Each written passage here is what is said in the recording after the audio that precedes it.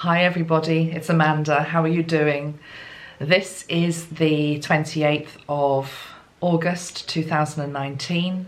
I'm making this to celebrate Michael Jackson's birthday, which is tomorrow, the 29th of August. And he would have been 61. I believe that's the right age. Yeah, he would have been 61. So I might put this video up tonight. It might go up first thing tomorrow. It doesn't matter when you watch it. I do know that the intention that Michael wants for this video is for it to be uplifting. So we're not going to be talking about too many subjects that are very heavy. And I only say that because I do know there are some subjects that are heavy that he does want to talk about, but it's like it is supposed to be a birthday celebration. So we'll bring him back to maybe talk about some of the topics that are very close to his heart. In the last video that I did literally only a couple of days ago, he brought in the issue of child trafficking, for example, at the end. And that is something that we will come back to, okay? But, you know, it is supposed to be a birthday celebration, so we're going to keep this a little bit lighter.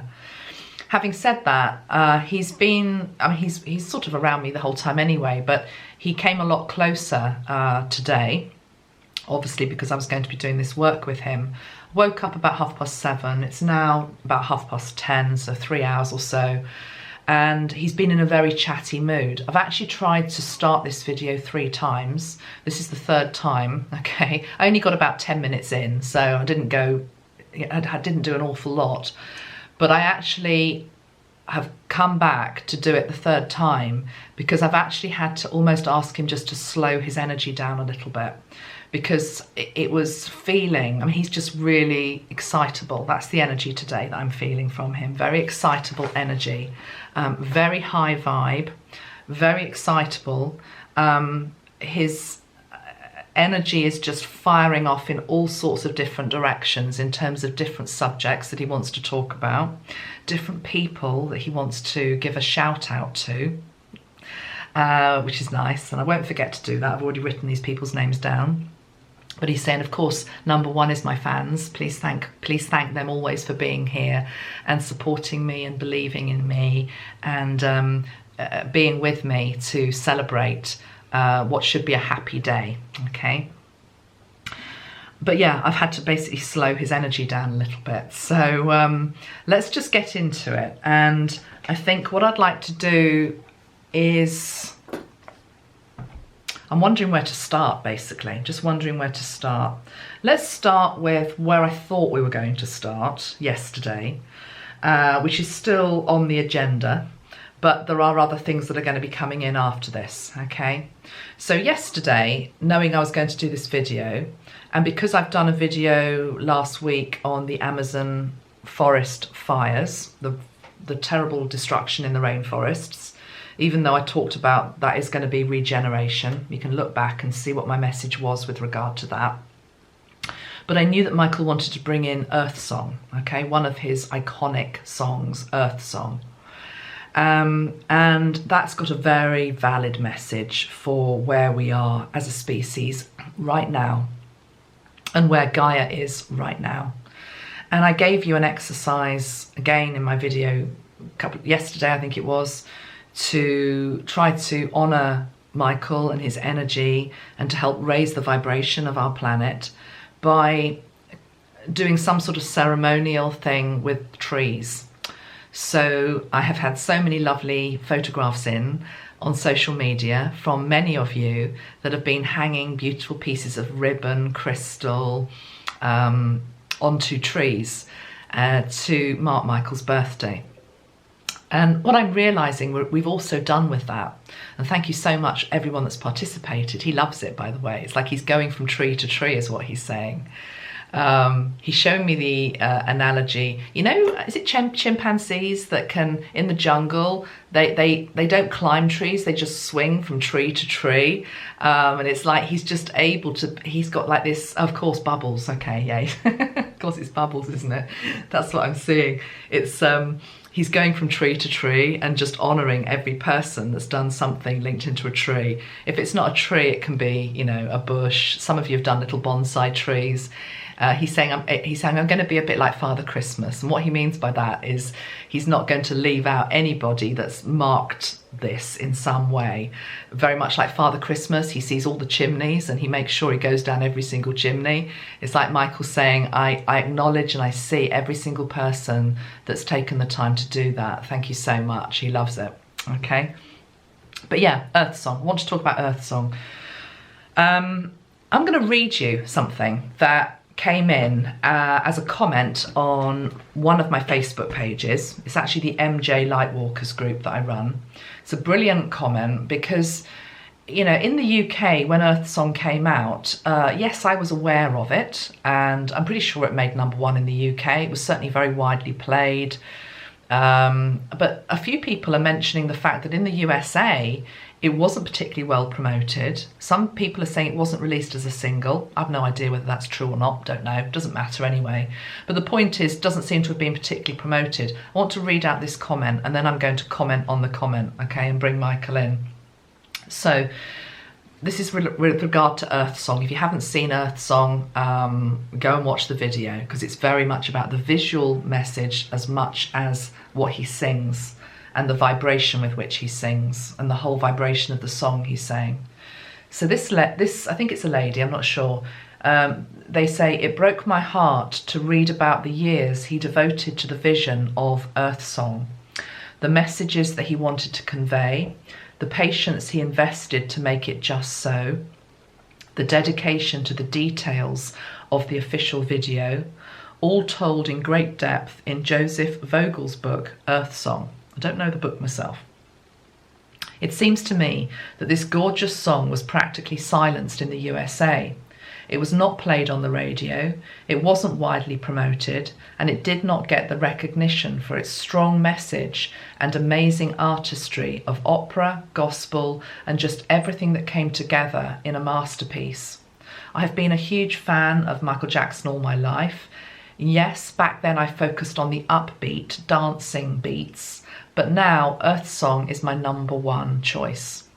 According to the book, Michael was deeply disappointed with the poor acceptance by the general public of the song, the false criticisms of animal cruelty in the video, and he was deeply hurt by the accusations that he was depicting himself as the creator. I really feel the negative feedback rather than congratulations and support impacted him deeply. He had put his heart and his soul for so many years into this particular piece. He saw what was coming, where it would lead, and it turns out he was correct. He had a message, he had a platform, he had the talent and the charisma to deliver that message, and that message was squashed by the media. I'm so glad, Amanda, that you are able to connect with him to let him know how much he is loved and missed. Well, absolutely. He knows that, and he sees the work that we're doing and the work that all of you are doing in his memory. As I was reading that, he was showing me the This Is It concert rehearsals that he did and the prominence that Earth Song would have had in that show. And the work, and he's showing me the sweat. It's like he's wiping his brow. It's like the sweat that was literally put into trying to create something very, very beautiful. He's saying you can see part of it in that film. I think there is a film release, This Is It. But of course, you don't see the entirety of it.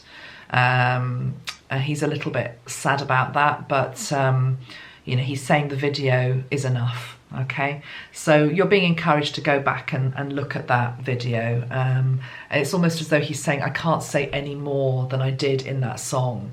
It's all there, what I was trying to convey. And what I was trying to convey in whatever year it was that was released is still the message. Okay, the message hasn't changed. The message isn't going to change until enough people wake up to what is going on. Okay. He feels political, and more so than I've ever felt his energy before coming through. he's showing me a few things. I mean, this is going to be controversial, Michael, to say this, but he's saying, just say it, spit it out. He had an association with Donald Trump, okay? They were friends, I believe, okay? He's showing me that there was a friendship there. There was certainly an acquaintanceship there. But he is not happy at the way that Donald Trump is behaving with regard to the environment. And he's saying, if I was alive now, I would be telling him that. Okay, I'm just going to leave it there because, you know, some people aren't going to like that message bringing Trump into it, but he's brought him in, okay, because it's as though they did have an association. And in fact, I do know that Donald Trump was one of the people that absolutely stood by Michael when he was going through the trial, basically. And of course, he was vindicated of that. So there is this association between the two of them, and he's saying to me he isn't listening to me now, but he's showing me a delegation of children that might be put in front of Donald Trump. And I don't know whether this has happened. It feels as though some of it might have already happened, but it feels as though it's going to be coming in. A delegation of children who are going to have the vibration of standing up for the environment. And he's saying it's almost as though I'm in the room there with them when they are trying to convey something to the president, whether that's just a picture they're showing the president, whether it's a song that they're singing to the president, whether there's one child in particular in that, I'm also wanting to say choir. It feels like they sing something to the president that somehow is able to get in and melt a little bit of Trump's heart, which is closed at the moment to environmental concerns, okay? So that's the first thing he's saying. But he's saying, really, you know, this isn't about Trump. It's not about Republicans. It's not about Democrats. It's about the earth is my politics, is what he's saying. He's saying it's the earth was always the one that I would have put the cross in my ballot for. That's what he's saying, okay? So, you know, I vote for earth is what he's saying. I vote for earth. It's not about who you vote for. It's just he's bringing Trump in because Trump is the one who is in power at the moment. If somebody else was in power, he would be, it's almost like he would be lobbying them. Okay, so, but it's almost like he's trying to get to the president or get to the people in power, and he's now taking me to China. He's taking me to the other side of the world, the Chinese president, and he's saying it isn't just about America, it's other people dotted around the world. So it feels as though he works at a very high level in spirit, trying to still make the case for the environment, which was one of his main passions, okay? But he wants to make clear that it's almost like he wants to say he's apolitical, and by that he means that Earth is his political party. Okay, Earth is his political party. He's shown me like a green flag. Okay, I don't know whether that translates to other countries, but you know, green politics is his politics. Okay, and now I'm looking down at the book that he made me buy yesterday. Okay, so this is the book. I mean, some of you know this lady, Greta Thunberg. I don't know what age she is. She's still a very young girl. She's sailing across the Atlantic to go to some climate change talk, or is it a UN thing? I don't know, summit. I don't know what she's going to. But she's very young. I mean, she's very committed, and her book is called "No One is Too Small to Make a Difference," and it's almost as though that's the message that Michael's wanting me to make here. Nobody is too small to make a difference. The butterfly, which is a symbol that we link to Michael, I've talked about that before. That's saying that when a butterfly flaps its wings one side of the world, it can create a tornado the other side of the world. It's a very it's a very common quote that is used, but it always seems to be about sort of weather patterns. But really, Michael's saying, think about it in terms of energy. That when one person does something that might seem very small, they are able to make enormous ripples that go out into the wider world. So whether that's in terms of standing up for children, standing up for the environment, making something beautiful and creative, raising the vibration, all of the beautiful ribbons that you've put in your tree to celebrate my birthday and help raise the vibration. He's saying it all makes a difference. He's showing me there's one particular tree that he's visited recently, that you have created, one of you has created, and it has a single red ribbon on it. It's got a red ribbon. It might have a crystal as well, I'm not quite sure, but he's saying that one red ribbon flowing in the wind is able to create change the other side of the world. He's also interested in the colours that you've chosen to use on the trees. He's very into the colours. Okay, so let's move off that. Let's move off the earth, because it's all there basically in his song, Earth Song. And he's here anyway, but I just want to bring him in so we can feel his energy, see what he's sort of presenting himself as today for us. So let's just spray the Rainbow Bridge spray.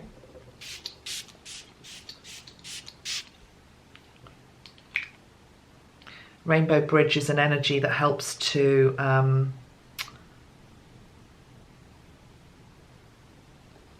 so I'm just looking at it because I've never seen this before. We make these sprays, and this one's got bits floating in it. It's got bits floating in it. What's that about? I've never seen it do that before.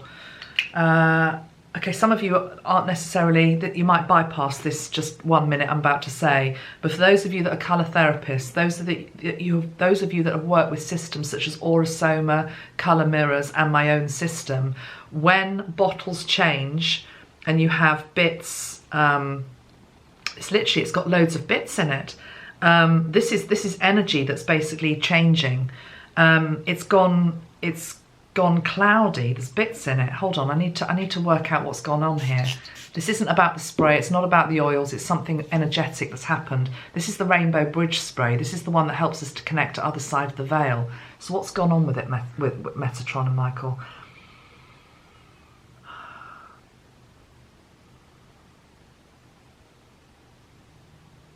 Okay, I'm being shown groups of spirit,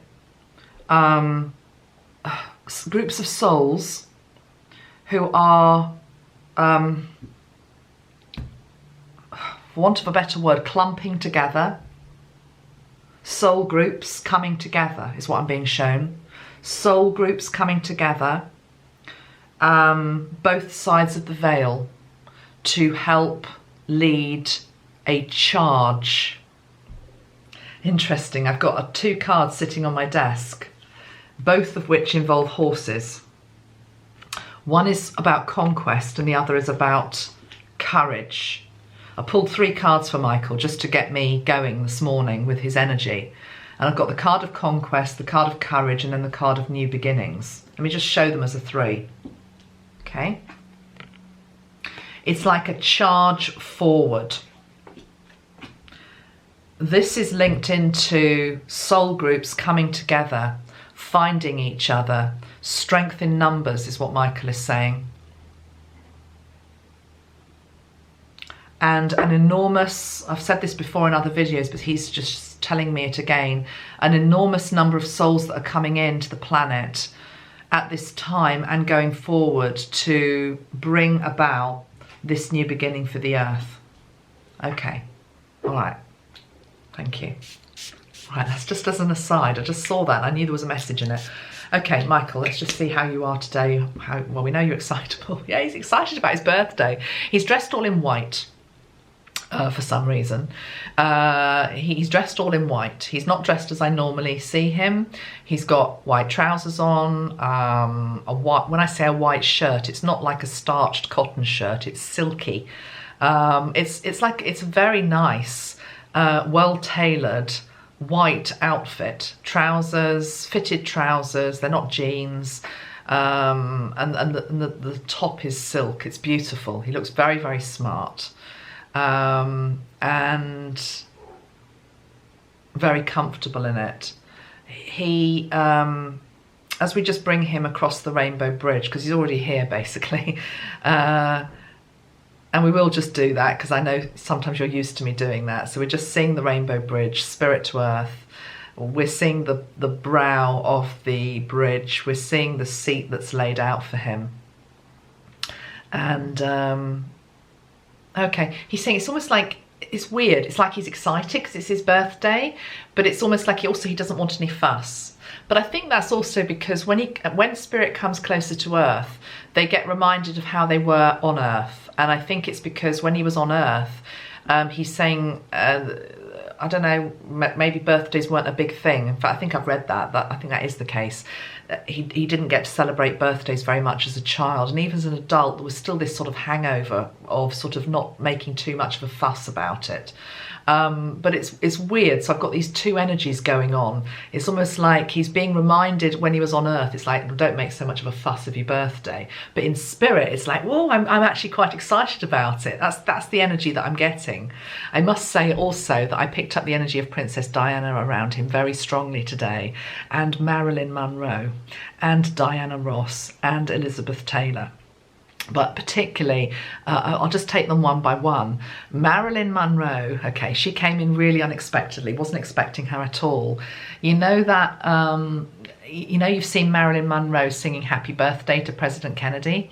Well, it's like she's doing that, but it's for Michael. It's like, I'm not even going to try to do it. But, it's like a very breathy sort of happy birthday. Quite sexy as well. A little bit sort of, a little bit flirtatious for Michael. And she wore a white dress as well, didn't she? I'm seeing her now. She's in that white dress with the flappy, the skirt that flaps up. And Michael did that, didn't he? Wasn't there a video where he's standing and there's like an air vent? He's shown me an air vent, a video where he was standing over an air vent, and I don't know whether there was wind that came up or something. I don't know whether it ruffled his hair or something happened. But now we've got Marilyn and it's like the skirt going up. I must say there is a very flirtatious energy today with Michael and women, okay? He's wanting to make the point very firmly, because he said no one ever mentions it, is that he liked women. Coming through very, very strongly. And I think that's why Marilyn's here. It's like, it's like he can summon up the ultimate sex siren, the ultimate goddess. Marilyn Monroe comes to sing for your birthday, Doesn't get much better than that. And it's almost like he's like sort of straightening himself a little bit. It's like he doesn't want us to see him as the boy, It's like, I'm the man. I can deal. This is okay. I can deal with this. That's the sort of energy that I get. He's saying Elvis is teaching me, about I can be the man. I'm getting some sort of mentorship going on in spirit with them. He's also so Marilyn, absolutely. And I think also Marilyn is here because she's probably going to come in as part of the Heart Squad. Definitely she is. Okay, she is. I hadn't quite made the link with Marilyn. She's been floating around as an energy that I know some people have wanted to hear from, and I have actually been, I must just say, coming out of Michael's energy, I've been really struggling with where are the female Heart Squad members apart from Diana. Some of the names that are coming through, they're not ready to come through yet. Whitney Houston being one. Okay, she's just not ready. And some of the other ones that, I have to relate to these people. I have to resonate with them to want to even work with them, okay? And Marilyn, it was like, okay, well, I don't really know anything about Marilyn Monroe. I'm not the age where I was around. I don't remember anything about her. I've got no connection. That's what I'm trying to say. I didn't feel I had any connection with Marilyn. So it wasn't that I didn't want to do it. It was like I didn't have any connection with her. Well, she's come in for Michael. It's like Michael's brought her in. So, I like that. So now there's the connection. So thank you, Michael, for that. He's saying my pleasure. But he's really enjoying being in her company as well. But yeah, he wants to make the point that he was into women, okay? And he's also talking about the two Dianas. And he's talking about Princess Diana. And of course, we know he had an association with Princess Diana. And I have to say, as mad as this sounds, I'm being shown Princess Diana is the one that's going to be giving him a party in spirit tomorrow. And it's very, I want to say it's very English, okay? And I want to say English as opposed to British, it feels very English. It's the bone china teacups, that's what I'm being shown, the tea, very, very English. Shortbread biscuits, that's a nod to Scotland. You know, I know they're not physically sitting down doing this, but it's just the energy. That's what I'm trying to explain to you. That's what I'm being shown. It's like a tea party in heaven hosted by Princess Diana, and she's getting out all the best crockery, you know, and it's like the best linen, and it all just feels very white, and it's like there's a big guest list up there for him. There's a big guest list, and I hope I haven't spoilt the surprise, because Marilyn, you know, it seems to be like she's coming tomorrow, but hey, time's an illusion. He's chuckling. He said it's fine, you know, I can have it twice. But also Diana Ross, okay? He's wanting to mention Diana Ross. So it's almost like two real loves of his life, in different ways, okay? He didn't have a love relationship with Princess Diana, but certainly just a love for these two Dianas. And he's saying, think about that. He's saying, look at the name Diana. Diana is the moon goddess. You know, Marilyn is a goddess type energy. He's actually saying, I worshipped women, is what he's saying. He said, I worshipped women. He's saying that was actually half of my problem when I was earthbound, which was that I looked up to them so much. It's almost like I put them onto this sort of platform that they were completely and utterly unreachable to me. He said, I found it very hard to sometimes just... It's not that he couldn't communicate with them, because he could communicate with them, but I'm just being shown that he put women on pedestals a little bit. But it was almost more because I was inspired. I was awestruck at what they could do. And what he's saying by this is he's actually saying, talk about the goddess energy. Because he's saying the goddess energy is what the world needs now. It's this divine feminine energy that's coming into our planet. It's the divine feminine energy that will heal our planet. And he's saying, I was lucky enough to know in my lifetime some divine feminines, and he's talking about the two Dianas. It doesn't mean there weren't other ones, because he's also bringing in Elizabeth Taylor now. You know, she obviously was a queen as well, he's saying, but he's showing me these women who were strong, beautiful, but he's saying not just beautiful on the outside, it's about beauty, inner beauty as well. He's saying, don't misconstrue what I've said there. Strong, beautiful, pure, inspiring women who can light up the world. And he said, I was a bit in awe of all that. So he said, I loved women, make no mistake about that, okay? So there is just this very female sort of energy around him.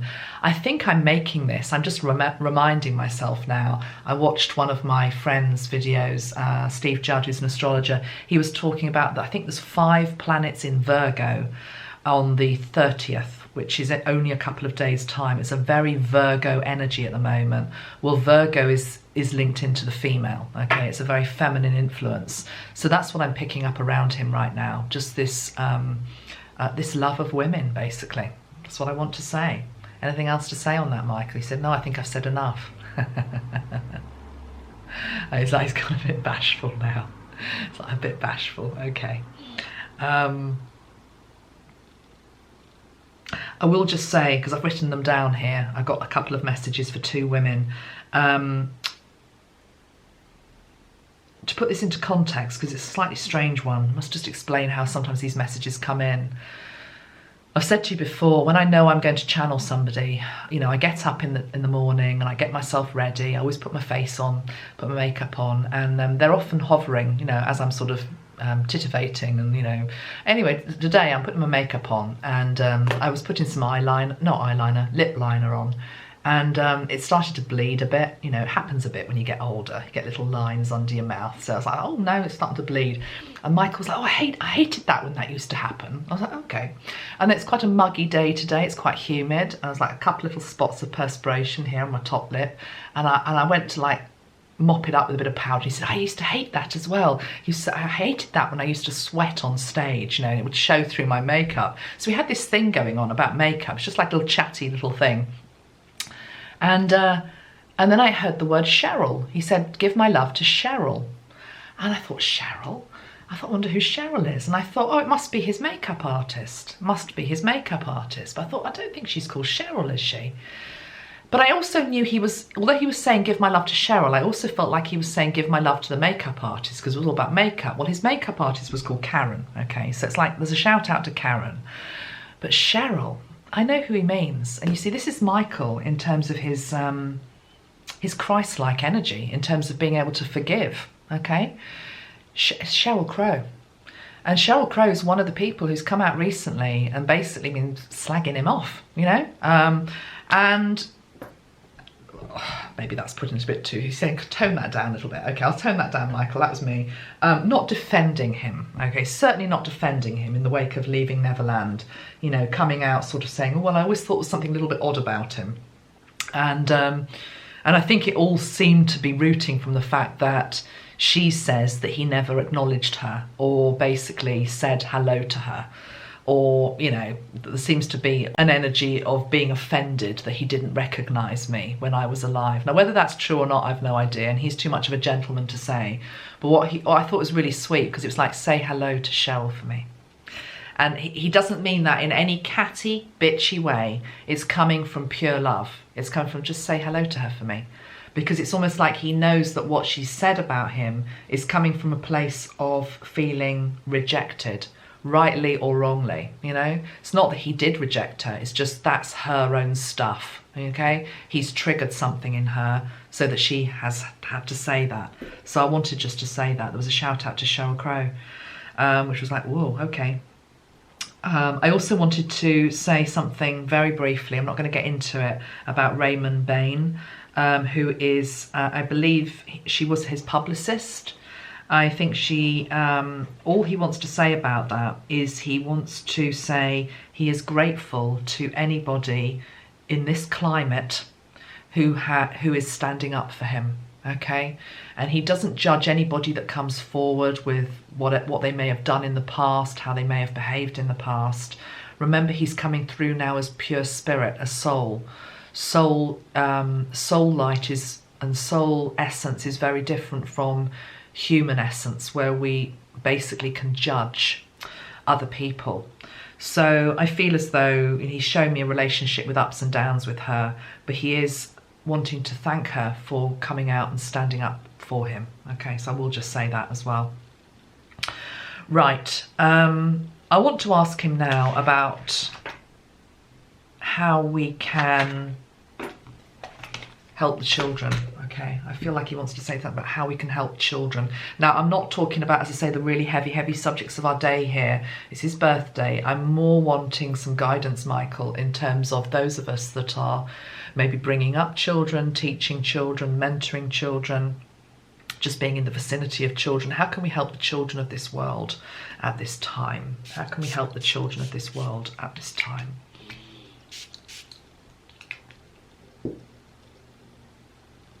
Acknowledge them, recognize their unique spirit, and don't look down on them. He's saying so much of what I was criticized for in life with regard to being around children stemmed from other people's ignorance of what I got from that. And he's saying what I got from being around children was a precious gift, was an entry into a world which was pure, which was innocent, which was about play, which was about non-judgment. He's saying even if there were arguments, he's calling them spats, you know, as kids have spats, he's saying, they were over and done with very quickly. He's saying if you compare the energy of children to the energy of most adults, he's saying, I still sadly know where I would tend to choose to be. And he's saying not my followers, my fans, my friends, my family, but he's saying so many adults in your world, in Earth, are still so bogged down in hate and aggression and particularly judgment and criticism that I found it very hard to be around them. In fact, I found it very toxic. And so to be around children, it wasn't just about reliving my childhood. It was about that I chose to be with them because I enjoyed their energy. I liked their energy compared to what I found when I went outside of that into the adult world, where it was as though there was a whole other set of rules, another energy at play. And he says, since I left this world, this earth, 10 years have passed, he says, I'm pleased to see that more adults are starting to wake up and are starting to be able to step into their heart space. He's saying because really that's what it's about. It's about the fact that children are more in their heart space. And because I was all about the heart and I tried to live in the heart space, I found kindred spirits in children who were able to live in that atmosphere. I didn't find many adults who were able to do the same. He's saying, and he's saying that made me want to shut myself away. Okay. So in terms of the children now, Michael, yeah, so talk to them, communicate with them, don't look down on them. That's the whole thing, don't look down on them. There was this whole thing about why would you want to spend your time with children? You know, why would you want to do that? It's this whole thing about looking down on them rather than seeing them as unique, bright souls in their own light who are worthy of your time, your attention, and all that you have to give.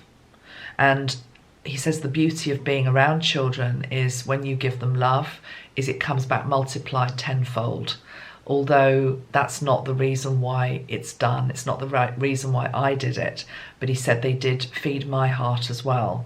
And he said the love that came back to me, I would then ripple out like the butterfly effect to anywhere else where it was needed. He said they have pure hearts and pure energy. And he said it's so healing to be around them. If you can dip into their world, it's so healing to be around them. Yeah. Okay. All right. So let's just sink into any other messages then, Michael, for today. 61. How do you feel that you would have embraced old age? Can you imagine yourself at age 61? He's saying, good Lord, no. He's saying that would have been a struggle, yes. So can you just talk about, what have you got to say about that? If you were still here, age 61. He's gone a bit serious for a moment, and he's saying, in some ways, he's saying my mission was complete when I left the earth. But he's saying in another way, it's almost as though I wish before I had incarnated onto earth as Michael Jackson, that in some way I could have extended my lifespan a little bit, and also my mission to have looked at what it is to age. Because he's saying, just as children's voices aren't respected and heard, so too often are old people completely disregarded in society. Older people, it's as though they get shunted off to a different place. Their history, what they have to say, their wisdom gets relegated to something that is irrelevant because of this clamour for youth the whole time. So he's saying in some way that would have been a really interesting mission, to have lived to a very old age and to have been able to maybe teach and show that older people have a lot of wisdom and things that are worthy of hearing. But he's saying, I am being told as I say that he's just saying by spirit that is around me. So he's saying it's like God, God is what he's talking about, is that would have been too much for one person to have done in his lifetime. It's as though God's spirit is almost like behind Michael as he said that, saying, no, you took enough on your plate when you came down. You wouldn't have been able to have done that. And now Michael's saying, okay, and of course God is right. No one person can do everything in one lifetime. And he's pointing me towards people who, he's saying there are a number of souls, and he's saying some of these people, watch you, Amanda, who may not have achieved very much in their early years. And when he's saying early years, he's talking maybe the first 5-6 decades. He's saying there are some people who come into their true purpose and their impact that they have on the world when they are older. And he's saying this is what they signed up to pre-incarnation. So he's saying, and they, as well as doing whatever job it is that Spirit has asked them to do, and whatever their talent and whatever their skill, whatever their occupation, whatever it is that they're giving, as well as that, flourishing in their later years when they are an older person, an elder, he's saying it's very much linked into that. Also was part of their life mission, to wait until that time in their life. It isn't always just about the fact that you've raised a child or done whatever else you've done in your life, or things have either happened or haven't happened. It's the fact that your soul chose for your prime work to happen when you're in your 60s, 70s, 80s, even 90s. And he's bringing in the energy of Dolores Cannon now, who I know I'm going to be channeling. I'm not going to bring her in. It's like she's hovering. I haven't got her completely here yet, but it's like I can feel her hovering. And one thing I do know about her is that her mission, her life's work, began when she was older, okay? It began when she was older. Same with Vicky Wall, who created Aurosoma. You know, she created the colour mirrors, I'm looking at a colour mirrors bottle, the Aurosoma colour system when she was an older lady. Same with Dolores, she brought through this information when she was older. It was part of their soul contract. So that's really interesting, isn't it? So he's showing me two ends of the spectrum in terms of age. Young children, it's like, well, we don't, you know, it's like society at the moment. It's like, well, you know, does it matter what they say? You know, why would you want to spend time with them? He's saying that's such a foolish attitude to have. And he's saying society also does that to older people as well. You know, it's like stick them in a rocking chair type energy, you know, and just let them get on and vegetate. He's saying, no, that person in the rocking chair needs to get up off the rocking chair, firstly. And he's saying, even if you need like a Zimmer frame to do it, you know, he's showing me older people who are immobile, who can't move. He's saying, even if you need a stick, even if you need a Zimmer frame, I hope Zimmer frame translates. It's an English saying. It's that frame, the walking frame. Even if you need a Zimmer frame, even if you need a stick, even if you need a person to get you out of that chair, get out of the chair, stand up, look out of the window, live your life. And then what you have to say is valid. It's just as valid. He's also saying to the older people, write down your experiences. It's like he's quite insistent about this. He's saying, write down your experiences before it gets lost forever. He's saying that because that links into a book that I've just been reading.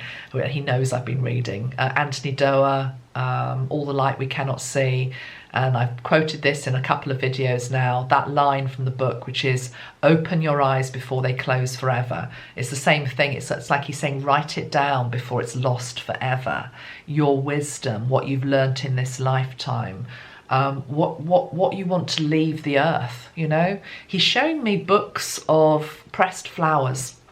So this might be a message just for a few people that are watching, maybe people who are I wanted to say botanists, okay? I don't know how many botanists there are that watch me.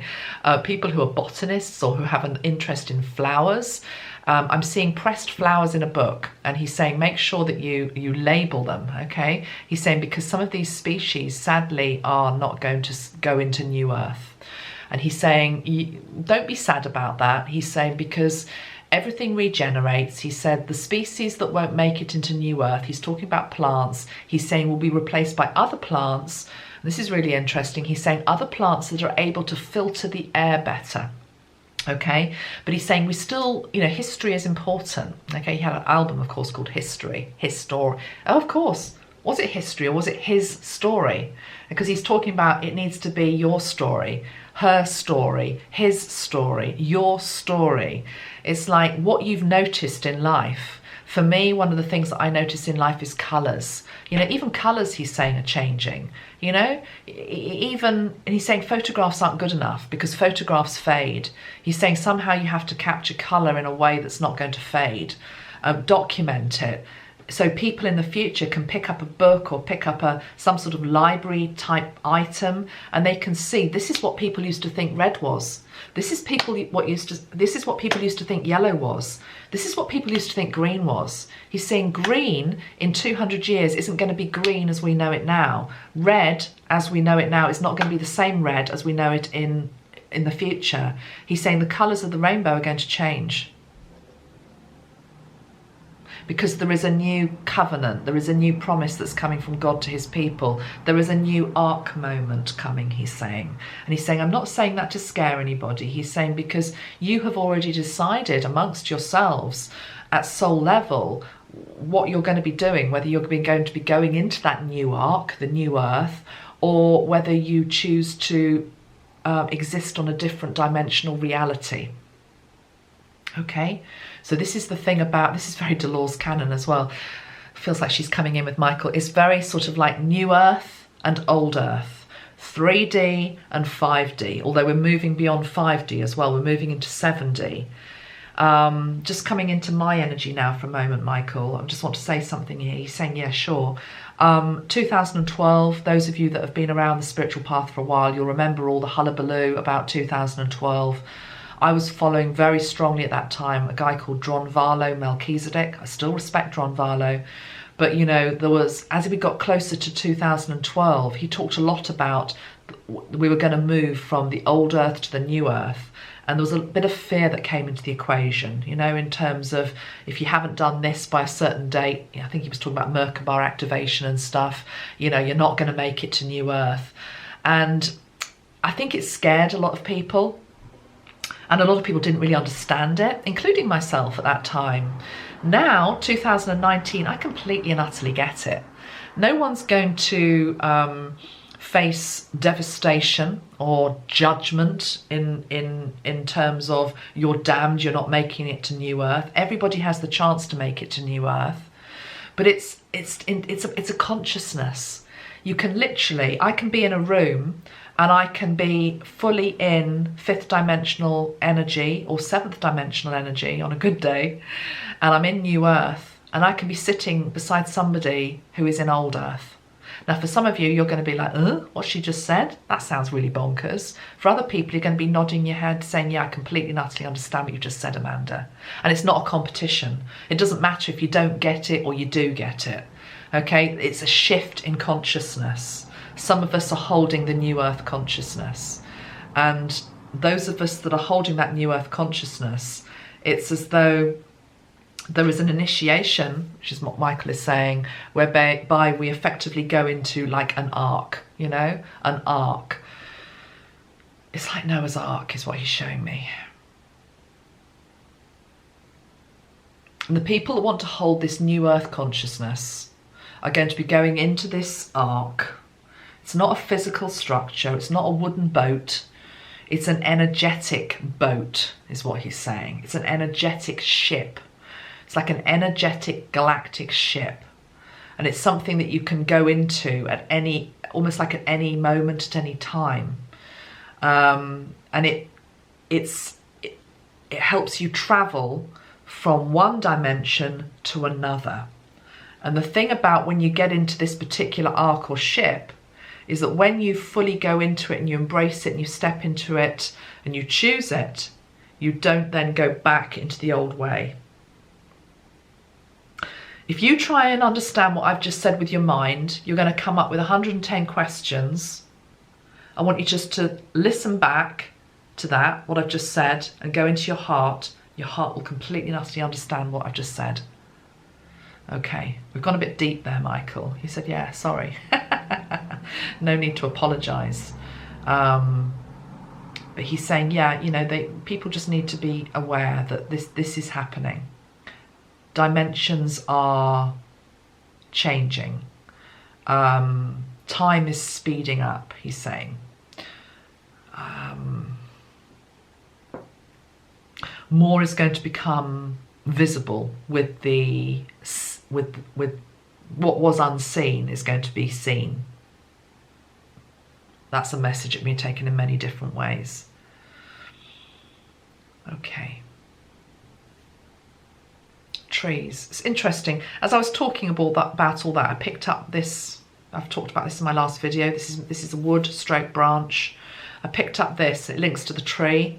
He's saying trees can be a place of great grounding, security, solace, and support. he's saying a bit like how I like to be around children because of the vibration that they had. And it was about that. It was about nothing else. It was about the vibration that they had and the joy that they gave me. He's saying I also used to love being with the trees. And he's saying, he's talking about tree medicine. Okay, he's talking about tree medicine. I don't really feel I'm particularly well equipped to be able to communicate this, Michael, but okay, he's saying, no, come on, you can do it. And by that, I'm just automatically, it's like my mind came in there, and it's like, I'm an angelic guide. I'm into angels, celestials, galactics. Like the shamanic is a more difficult path to me. He's saying, come on. He's saying, I was a shaman, Amanda. He said, you can connect to me, can't you? Yes, I can. He's saying, you're a shaman. He's saying, this is what I mean. He's saying, drop the walls between all these different dimensions. He's saying they're all exactly the same. He's saying, go and get that picture. Okay, I'm just going to go and get a picture to show you. Hold on.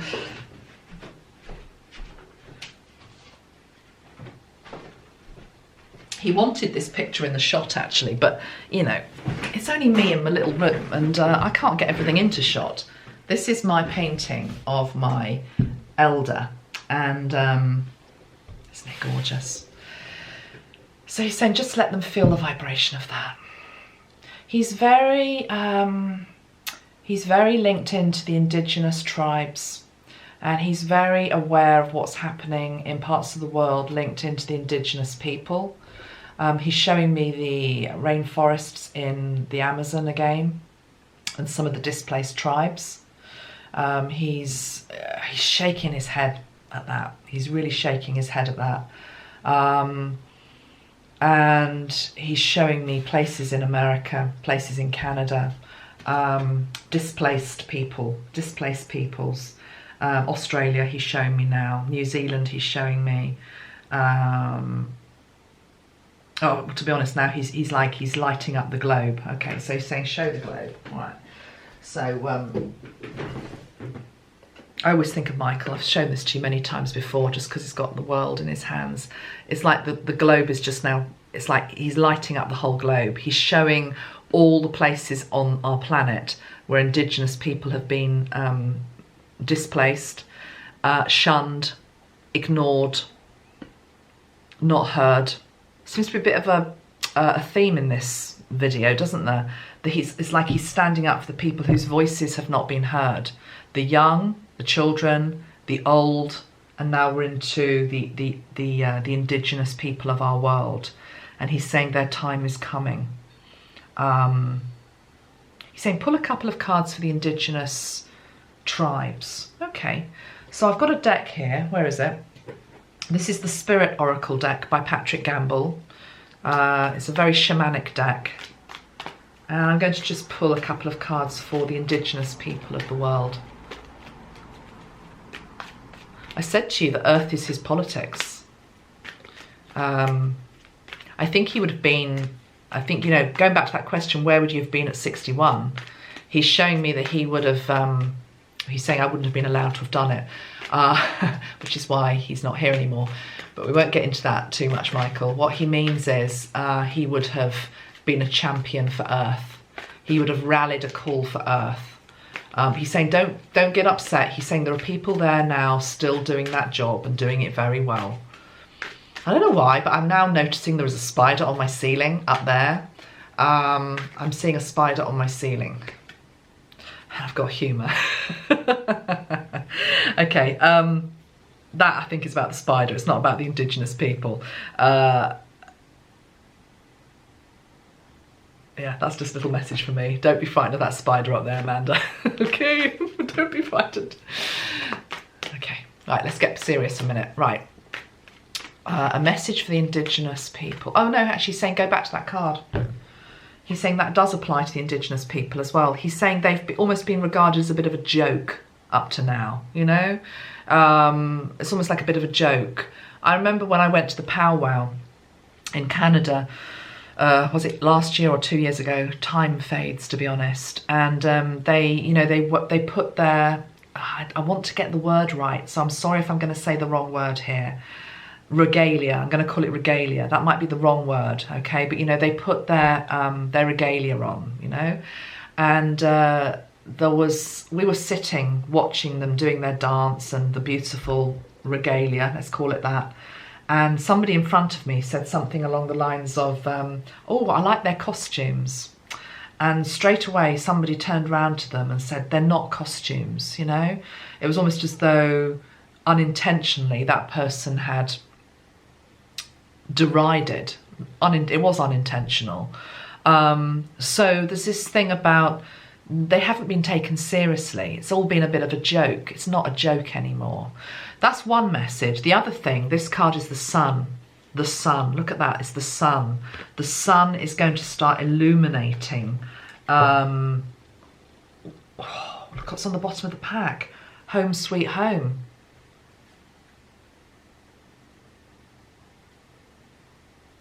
Followed by the card of trust. Wow.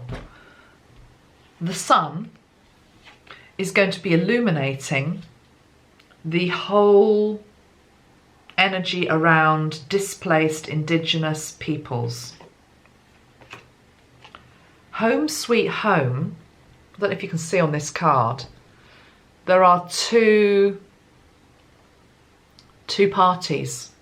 You need to learn to coexist is what Michael is saying. You know, the people that displaced and the people that were displaced. Somehow we need to get to a place where we all live in harmony with each other.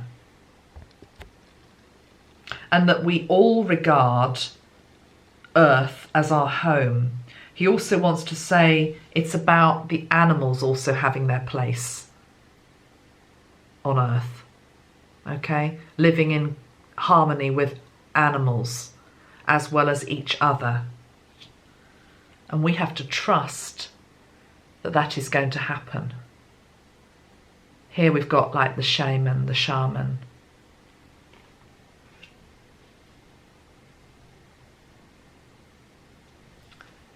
And here we've got the dove of peace.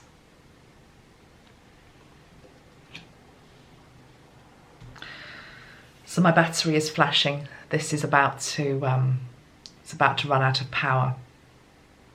So I'm just going to end this. I know we could go on for hours and hours, but we'll come back to Michael. I'll do him regularly. I just want to end by wishing him a happy birthday and to thank him for all that he does, both sides of the veil, and to thank him for the music, to thank him for his presence that is still strong and still here.